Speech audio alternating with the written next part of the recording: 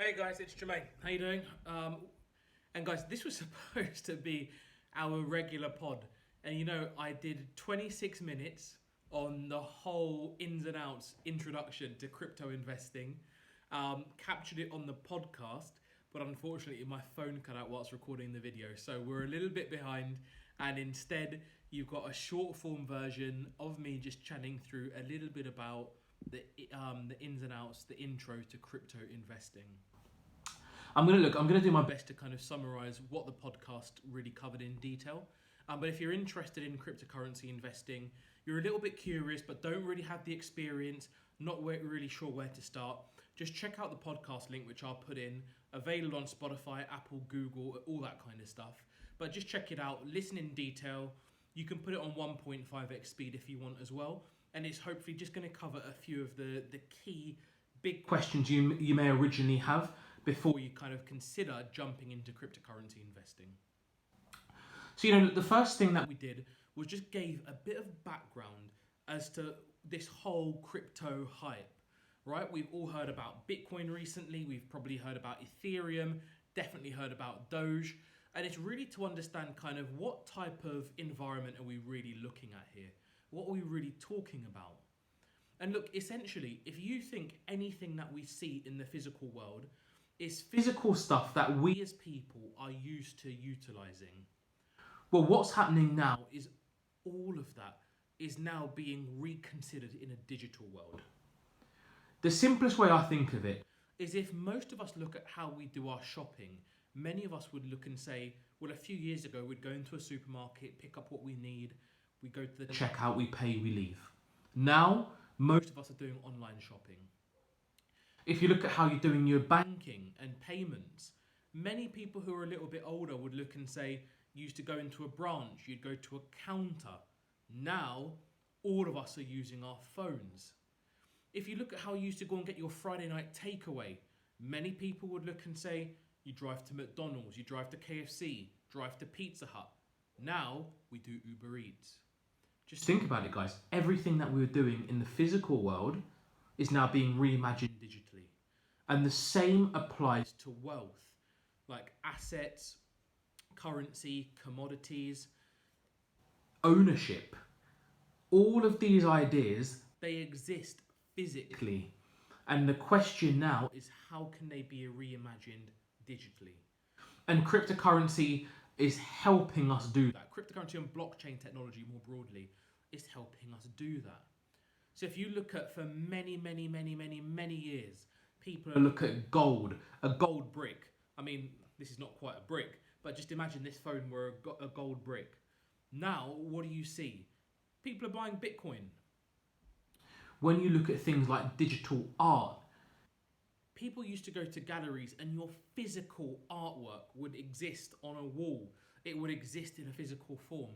Now you've got these things called NFTs, which they exist in the digital world. And actually the proof of ownership is a very small wallet address, which says that wallet belongs to John Smith and John Smith is the owner of that multi-million-dollar piece of artwork. If you look at payments, beforehand, you think about how difficult it used to be to make things like overseas payments. Some of the younger generation may not even remember this, but the olders will remember things like Western Union. Or when you went on holiday to America, you pay your credit card and you'd be charged all different kinds of fees and it wouldn't make any sense. Now you've got people like XRP, Cardano, who are looking saying, we want to make this a lot easier and importantly, a lot cheaper. So if you want to transact, fine, no issue. It ain't going to cost you anything like the money you used to pay before. And guys, that's the world we're moving to. That's what cryptocurrency and blockchain technology is really enabling for us. In the simplest terms, I just think about all those key things that you used to do physically, like your banking, your shopping, getting your takeaway, and just reimagine all of these things in a digital world. And some of the stuff that I've even seen in the digital world about your food, crazy.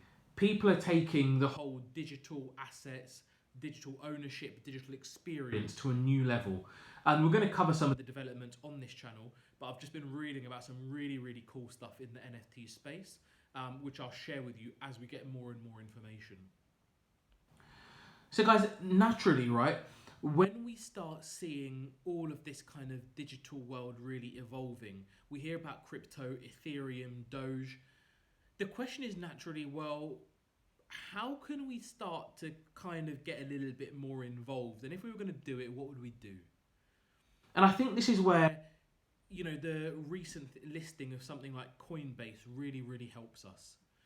I know that a lot of other channels may kind of do a bit more around referrals for different trading apps.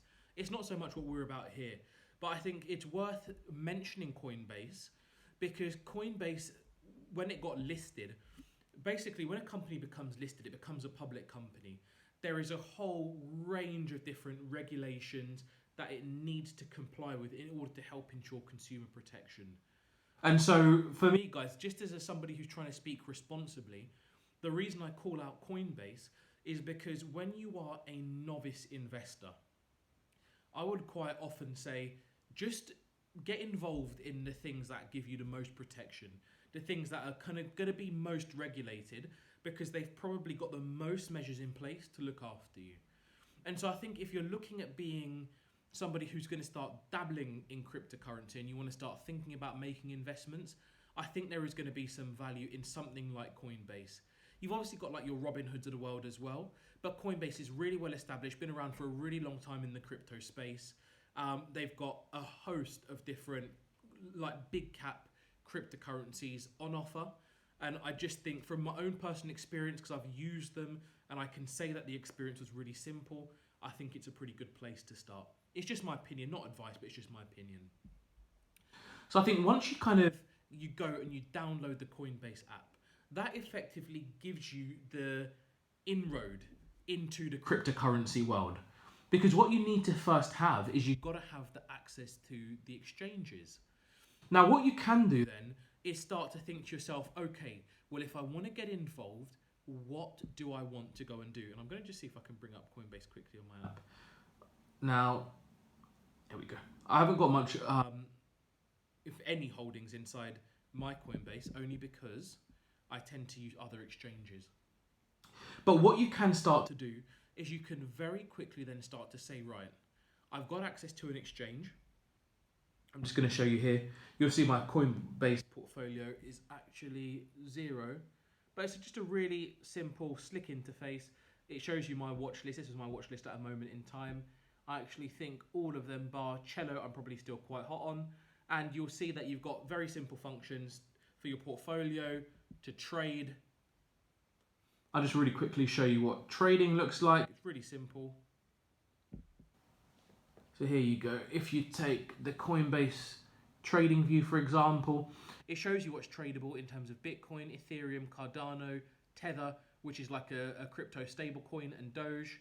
You can just see, you can sort by top movers. So you can look at an expanded list, look at top movers, and once you go in and just say, for example, I wanted to go and get myself a little bit of Doge, you're going to see the Doge price action, and you're going to see the button there to trade. You can just see I'm just doing this in a few simple clicks. Really, what I wish I could have done was just do it on my Mac, but we'll do a longer video and we'll kind of cover that on the Mac as well. And then literally, as you click trade, you've got the option there, buy Doge or convert Doge. So, it's really simple. And at that point, you can just get involved. And so once you decide to actually kind of get the exchange access, then it's all about thinking about how much money you want to commit. Now, the one thing I'd say about crypto investing versus probably any other type of investing that I've ever experienced is the swings are volatile, right? So normally you hear people talk about, you can easily see 30% swings across cryptos, and it's not really for the people who haven't got a hard stomach. What I would say, guys, is not to put anybody off, but just to be aware, when you're going into cryptocurrency, you shouldn't expect necessarily to see kind of a straight line move, a straight line appreciation. What you should expect to see are more peaks and troughs that over time hopefully follow an upward path. But the key thing is on one day you may put $100 in or £100 in. You could see that go down to £85 on one day, and the next day it jumps up to 115. And those swings are far, far, far more common in cryptocurrency than any other asset class I've ever experienced. For me, what that means then is the key thing is not to be put off by it, not to be too scared, but it's more to understand you don't necessarily want to go and check your portfolio on a regular basis. It's got to be more the kind of thing that you're not trying to trade really actively. You're trying to get experience and exposure of a different type of investment, and you realize that the investment requires you to be patient. It's the number one thing when you look at the crypto mentality. It's the understanding of why patience is key. Because if you jump into, you look at your portfolio every day, you really may not like what you see. You could get very, very concerned. In crypto, we call it the FUD, right? The fear, uncertainty, and doubt. You could get really, really concerned, a lot of FUD, and honestly, at that point, it's an unhealthy place to be potentially. So one of the better approaches that you could maybe look at is to set your budget. So just say, for example, you had like $1,000 total to invest. Well, you don't necessarily want to invest $1,000 all at once. Maybe just do like $100 or $200. Just something small enough for you to get a bit of a feel. But you commit a little bit of money. You can just keep the other 800 or 900 just to one side. It doesn't matter. But the key is don't put everything in at once.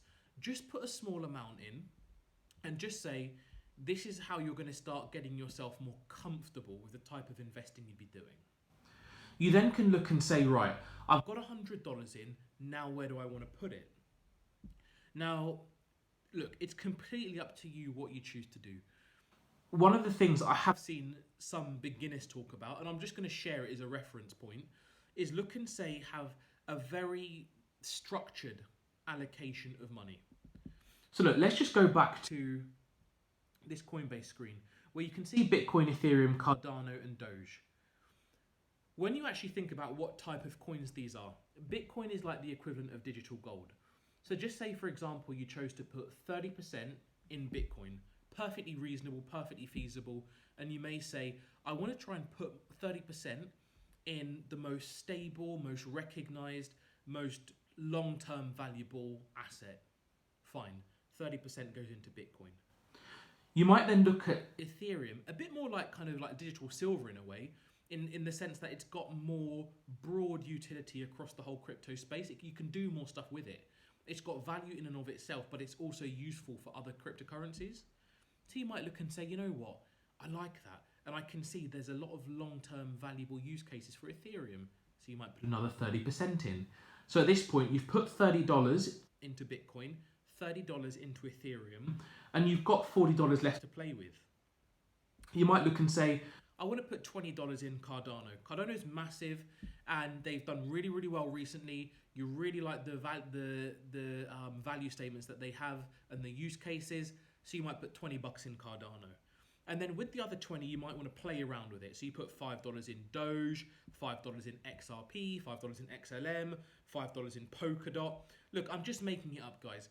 But you can then start to create what's called a portfolio. And you've got a different asset allocation across that portfolio based on some principles. Now, I've given you one example there. But crucially, guys, the best thing you can probably do once you decide to maybe follow this path is maybe just to go and do a little bit of a search and just watch a few YouTube videos. Doesn't have to be anything too crazy, but maybe just have a look at, literally type, what is Bitcoin, what is Cardano, what is Ethereum, what is XRP, what is Doge, etc. What is cryptocurrency, right? What is blockchain technology? You can go and do those kind of basic searches. You've then got some really, really good people that you can go and listen to online. They've got some great YouTube channels. So you can look, for example, at the Blockchain Backer. Blockchain Backer's also got a brilliant course for only $40. I'm a bit nerdy, so I went and did the course. If you want to invest $40, it's a brilliant use of money. Really helped me, and I've definitely made a lot more than that $40 back as a result of following the course. You've got, and by the way, I get no commission for telling you that. I'm just telling you my own personal experience. I'm just sharing that. You've got Cryptos R Us with a guy called George. You've got people like, BitBoy Crypto. So these three names are really well recognized in the cryptocurrencies world, and they just do a lot of educational content just to make it a little bit easier for regular people like us just to go and build our knowledge. They've got a lot of skill. They've been around for a long time. I think they've done really, really well in the space in terms of making a lot of money. And they're helping to share their knowledge and pass it on to people like us.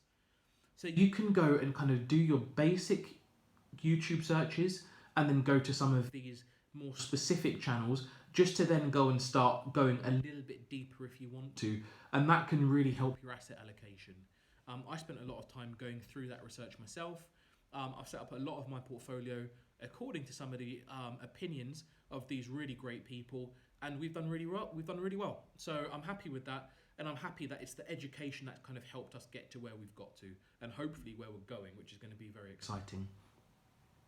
And then, guys, once you've got the portfolio, you've got the asset allocation that you want to have, then you can just go and start executing those trades. You're going to pay a bit of a fee. It's natural. You pay gas fees and you also got the exchange fees. But then once you've done that, you will then have a portfolio that will just have a certain allocation. I can't show you my Coinbase because I've got nothing in it at the minute. But you'll just see percentages of your assets across your different cryptocurrencies. And then you've got the exciting bit, which is potentially the waiting game. I say it's the exciting bit because the waiting game is that's where the magic really happens. Because it's where you as an investor learn the most about yourself, your ability to be patient, to kind of have that real long-term investor's mindset. And of course, it's where you get time. So that's where you've got the chance of making those great gains as well. The last few months in the cryptocurrency world have been some very turbulent ones. A lot of portfolios have lost a lot of value, and it's probably where I've checked everything the least. And I think that's kind of really what has given me great confidence in my ability to kind of be a long-term investor in this space. It's just that patience. And I think it's an important one for everybody to go through. And it doesn't matter how big your portfolio is. It could be $100, $1,000, $100,000. It really doesn't matter. Once you've got to that point where you've committed some of your resource and then you are just kind of conditioning yourself to just play that waiting game, you find that you're going to get a lot of really interesting learning in the crypto space. Because whilst you're waiting, you're not just necessarily waiting doing nothing, you're going to be learning. So you can listen to the great names that I've just told you, Blockchain Backer, Cryptos R Us, BitBoy Crypto, and just keep up to date with the developments that are happening. And then, of course, if you were to look and just keep taking that knowledge in, playing it back into your portfolio, you might make the odd trade here and there. You might decide to increase your position. You might have put $100 in initially. You've got 900 left and you think, you know what, I'm feeling good here. I want to put 200, 300 more in. You're giving yourself that chance to start maturing up the investor curve. And guys, it's one of the best things I think you can do. It's how all investing really begins. It's starting off small and it's gradually growing. And for many of us, cryptocurrency is so new, it's so fresh.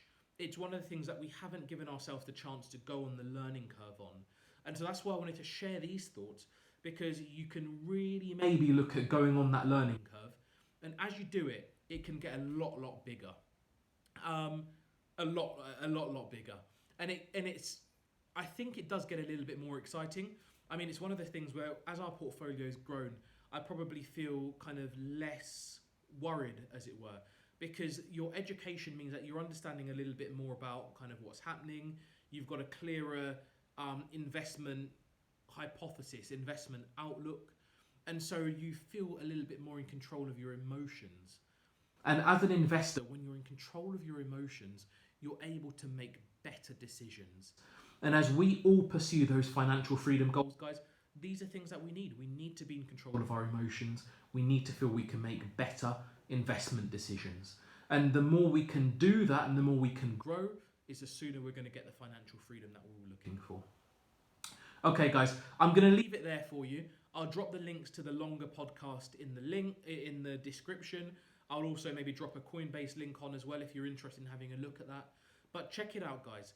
If you're interested, this is just my view on how you can get started in terms of getting the education, in terms of getting onto an exchange, in terms of some initial thoughts on asset allocation, and in terms of why we may be seeing this new digital world being created in order to kind of enhance, or in some spaces, to replace the existing physical world that we see. All right, guys. Hopefully you've enjoyed it today. Drop any comments, questions in the comments below, and look forward to speaking to you soon. Take care, guys. Bye.